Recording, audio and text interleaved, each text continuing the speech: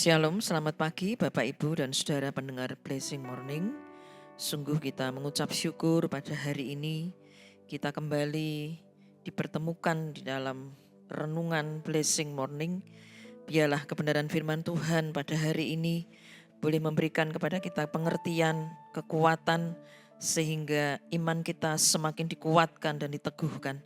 Mari bersama-sama kita akan memperhatikan kebenaran firman Tuhan dari Injil Lukas pasal yang ke-16 ayat 14 dan 15. Demikian bunyi firman Tuhan.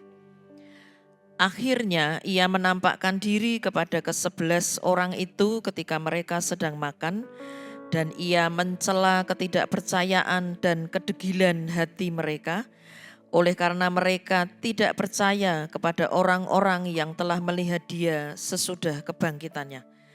Lalu ia berkata kepada mereka, "Pergilah ke seluruh dunia, beritakanlah Injil kepada segala makhluk." Mari kita berdoa. Allah Bapa, di dalam nama Tuhan Yesus Kristus, berfirmanlah ya Tuhan pada pagi hari ini. Kami sudah siap mendengarkan setiap kebenaran firman-Mu. Biarlah melalui Paskah pada tahun ini ya Tuhan, iman kami boleh semakin dikuatkan dan diteguhkan. Dan kami tidak hanya memperingati Paskah secara rutin, tetapi kami rindu Tuhan di dalam tahun ini iman kami boleh semakin dikuatkan ketika kami bersama-sama memperingati hari Paskah, hari kebangkitan-Mu. Berfirmanlah ya Tuhan, kami sudah siap untuk mendengarkannya.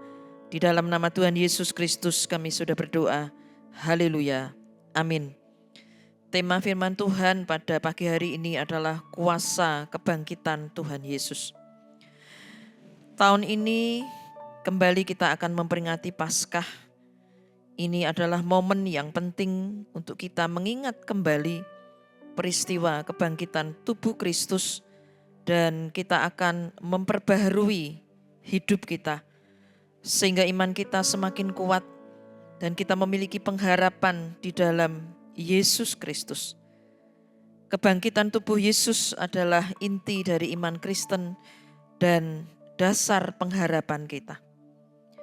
Hal ini juga mempertegas kebenaran dari perkataan Yesus di dalam Injil Yohanes pasal 11 ayat yang ke-25. Yesus mengatakan, "Akulah kebangkitan dan hidup." Karena Yesus bangkit, kita mempunyai kepastian bahwa dosa-dosa kita telah diampuni. Peristiwa kebangkitan tubuh Yesus adalah suatu peristiwa yang agung.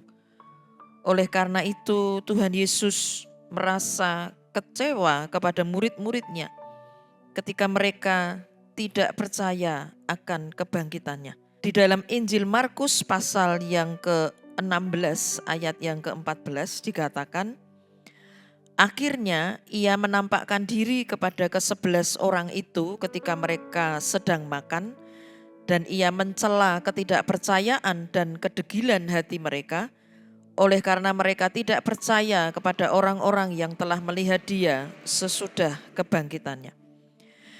Tuhan Yesus mencela atau menegur para murid.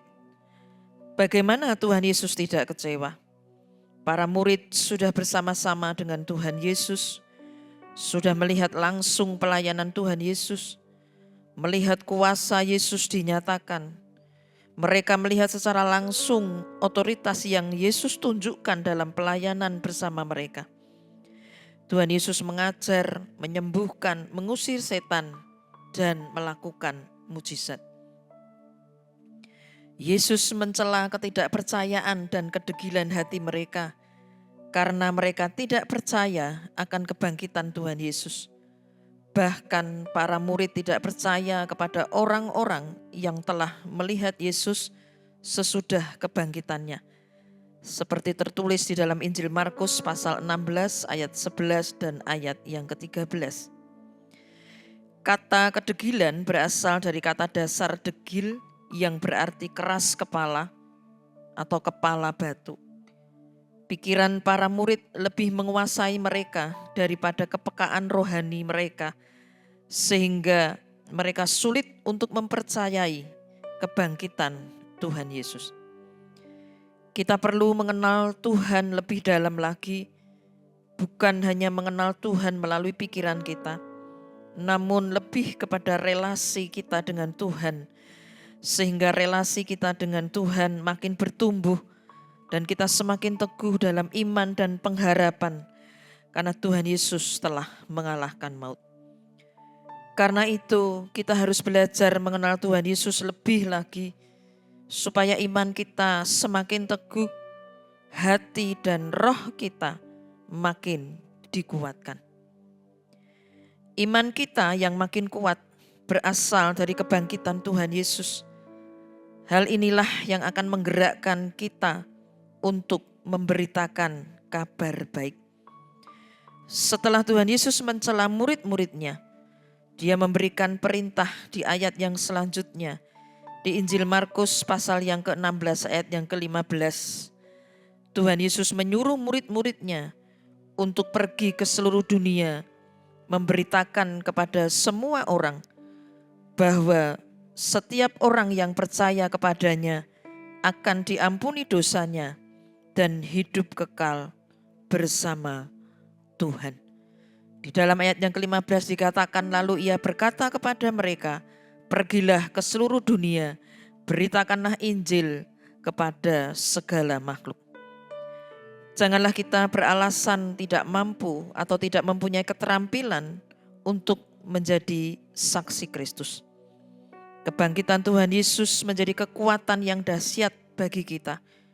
Kuasa kebangkitan Yesus akan terus menggerakkan kita untuk memberitakan firman-Nya. Mari kita berdoa. Allah Bapa di dalam Yesus Kristus, kami bersyukur untuk kebenaran firman-Mu pada pagi hari ini. Biarlah Tuhan kuasa kebangkitan-Mu akan menggerakkan kami ya Tuhan untuk semakin percaya kepada Engkau. Di dalam pengenalan kami kepadamu ya Tuhan Yesus, biarlah boleh menjadikan kami semakin memahami siapakah Engkau Tuhan Yesus, Juru Selamat kami. Dan biarlah Tuhan di dalam persekutuan kami dengan Engkau memampukan kami juga menjadi saksi-saksi-Mu dimanapun kami berada. Untuk kami berani ya Tuhan untuk memberitakan kabar baik. Terima kasih Tuhan. Kami menyerahkan seluruh kegiatan kami di sepanjang hari ini. Biarlah kami senantiasa ada di dalam persekutuan dengan Engkau.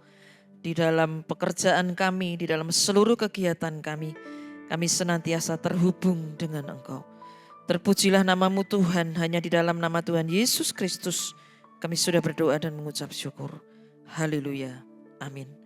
Terimalah berkat Tuhan. Tuhan memberkati engkau dan melindungi engkau. Tuhan menyinari engkau dengan wajah-Nya dan memberikan engkau kasih karunia. Tuhan menghadapkan wajah-Nya kepadamu dan memberikan engkau damai sejahtera.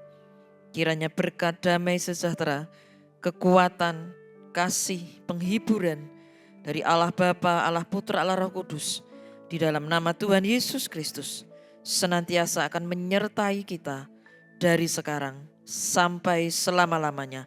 Haleluya, amin. Selamat pagi, selamat beraktivitas dan Tuhan Yesus memberkati.